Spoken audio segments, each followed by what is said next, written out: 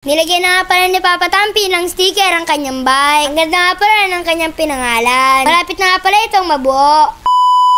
For this video mga katampi, sa wakas tapos na nga pala natin kulayan itong Pixie ni Don David na pangalan ni Lexi. Ngayon ay hahanap tayo ng papagawa ng decals mga katampi. Papagawa tayo dito, lalagay natin dito ay Tampi Look. Yeah. Ngayon, ang plano ay wala tayong pang sukat, kaya naman naisip ko ay dangkalin na lamang. Sa dalawang dangkal. Sabihin ko mga dalawang dangkal po. Tapos yung kapal mga ganito. Yung laki. Yan. Mga ganyan lang. Dalawa lang nito. Yung kapal. Tama ba? Tara, umalis na nga tayo. Tapos dito, dalawa din. Ay, isa lang. Isa. Tapos 2 inches siguro dito. 2 inches lamang. Ayan. So ano ba hinihintay nyo mga katampi? Tara, let's go! Ayan mga katampi, maghahanap nga pala tayo na mabilis mag-decals mga katampi para matapos na natin. And then pagkabit na natin lahat, no? Kaya hanap muna tayo mga katampi. After that nga pala, nandito na si Papa Tampi sa paggawa ng mga decals. Gantong design nga pala ang napili ni Papa Tampi. Kaya naman hinahanap na ni Kuya yung ganong design. Marami nga pala dito ang pagpipilian. Kaya naman si Papa Tampi ngayon na hirap pumili. Dito nga pala, dinangkal na ni Papa Tampi yung kanya sukat. Sa nakikita ko nga pala kay Papa Tampi ay natatawa ko. Kailangan niya talaga sukatin ang kanyang kamay. Meron din pala sa yung tuturo. Sabi ka talaga Papa Tampi. Napakatalino mo talaga. Dito nga pala ay marami kang pagpipilian ng mga sticker. Tampi Look nga pala ang kanyang napiling pangalan. Kaya naman tamang hintay nga pala dito si Papa Tampi. Dito nga pala ay nilalaser na sticker. After that nga pala ay patapos na si Papa Tampi. Tinuro nga pala kay Papa Tampi kung paano ito idikit. Dito nga pala ay nakalibre si Papa Tampi ng dalawa na maliit na sticker. After that nga pala ay nakauwi na siya. Ako nga pala ay nag-aabang naman dito. Dahil nga pala excited na ako sa kakalabasan ng bagong Lexi. Kaya naman pinakita sa akin ni Papa Tampi. Grabe naman nga pala ako.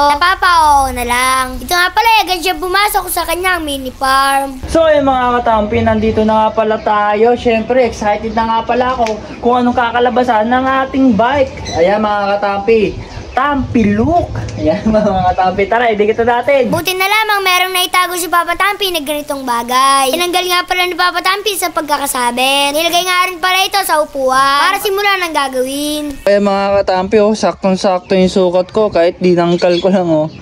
Ayan guys, oh. Dikit na natin. Ayan mga katampi, oh, sukat na sukat yung pagkakadangkal ko, oh. Dinangkal ko lang siya guys. Ito na. Ganda. Pantay muna natin guys. So ayan mga katampi, kailangan natin ipantay. At pantay na pantay. Kailangan kapag maglalagay ka ng sticker, pinaka-technique ko, tupiin mo muna siya para mapantay mo. Bago siya dikit.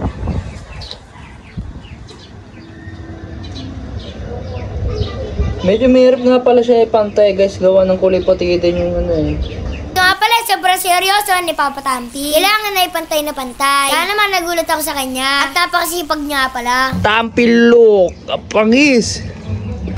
Napakaangas. Ano masasabi mo? Ganda. Oh, yan, di ba maganda? Grabe mga Don David, ang ganda na kay Papa Tampi ah. Naman natin yung maliit guys, ito. Dito ko nga siya balik ilagay. Dito. Ay mga katampi, natapos na nga pala natin. Napakaangas talaga ng tingnan mga tampi. Tampi Look na Tampi Look talaga. So ayan guys, sisabit na ulit natin and then gagamitan na natin ng clear para maganda. At bukas abangan nyo mga katampi ang kakalabas nito.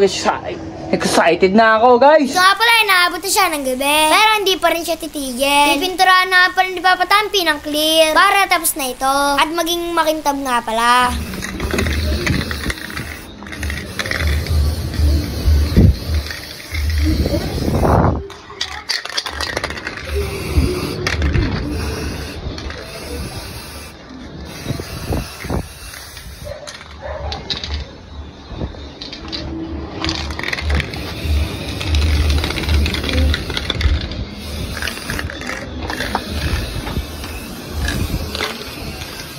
Magandang umaga nga pala mga katampi. Ito nga pala yung finished product natin guys. Ayan, pilok. Mga katampilok yan. Ayan guys.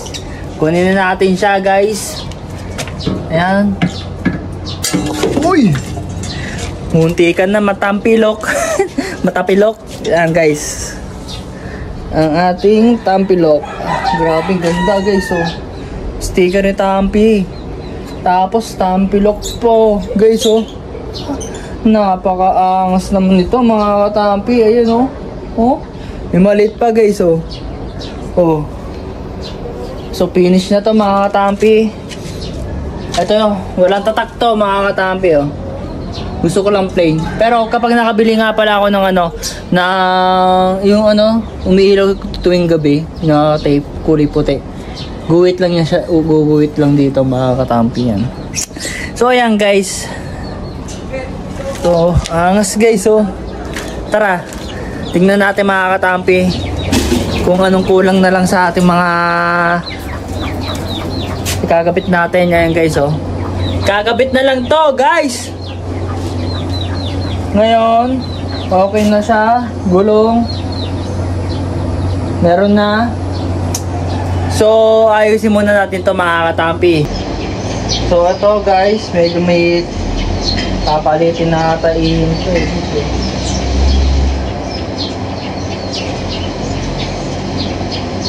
Ito gagamitin natin mga katampi, yung free wheel. Or yung pixie na lang siguro.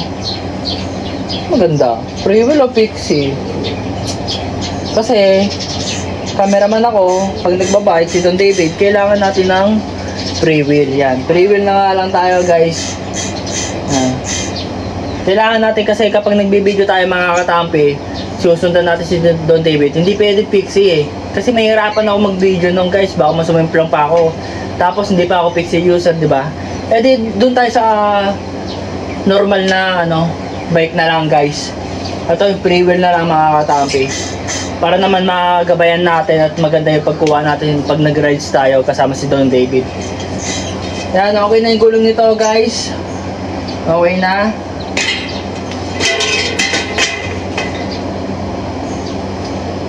Meron pa tayong gulong na ano, interior oh. Kaso kulang tayo ng isang interior. Kaya naman doon na tayo bibili. Kailangan ko nang ipagawa to guys kasi wala akong mga gamit eh. Ayan, okay na, goods na guys. Siyempre ito meron na din yan no.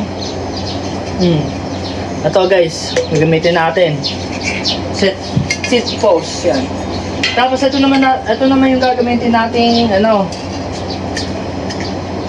yan o, drop bar.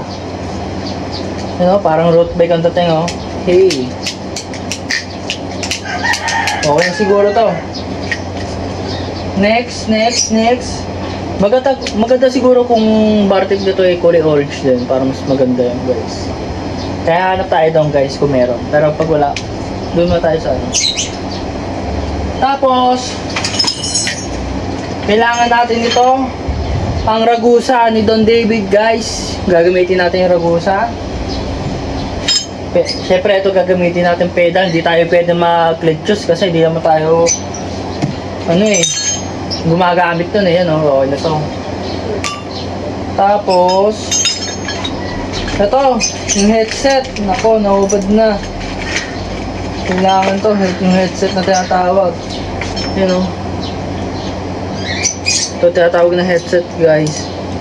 Sana kompleto pa to. Hindi ko alam kung kompleto pa to, pero nakalagay ito sa box guys eh. Dito oh. Ayan o mga katampi oh. Headset.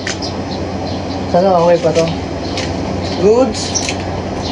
Sunod natin, ano pa ba? Nahulog kaya ano. Tingnan natin kung may tama. Kaya dito ko na nga ilalagay. So ayan guys, wala naman. Tika na yun. Siyempre helmet. Guys, may helmet tayo. Ayan.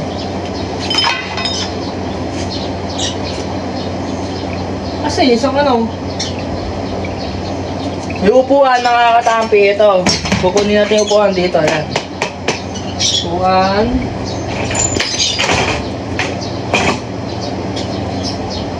So sa palagay nyo mga katampi, ano pag kulang mga katampi? Comment naman kayo at tulungan nyo ako kung ano pag kulang para hindi na ako pabalik-balik. Para isang punta na ako doon guys, no? So hanggang dito na lang pala ang aking story mga katampi. Sana nagustuhan nyo. At kapag nagustuhan nyo, syempre, like, comment, and share mga katampi para patuloy ang ating paggawa ng ating mga video. Hanggang dito na nga lang pala ang aking storya.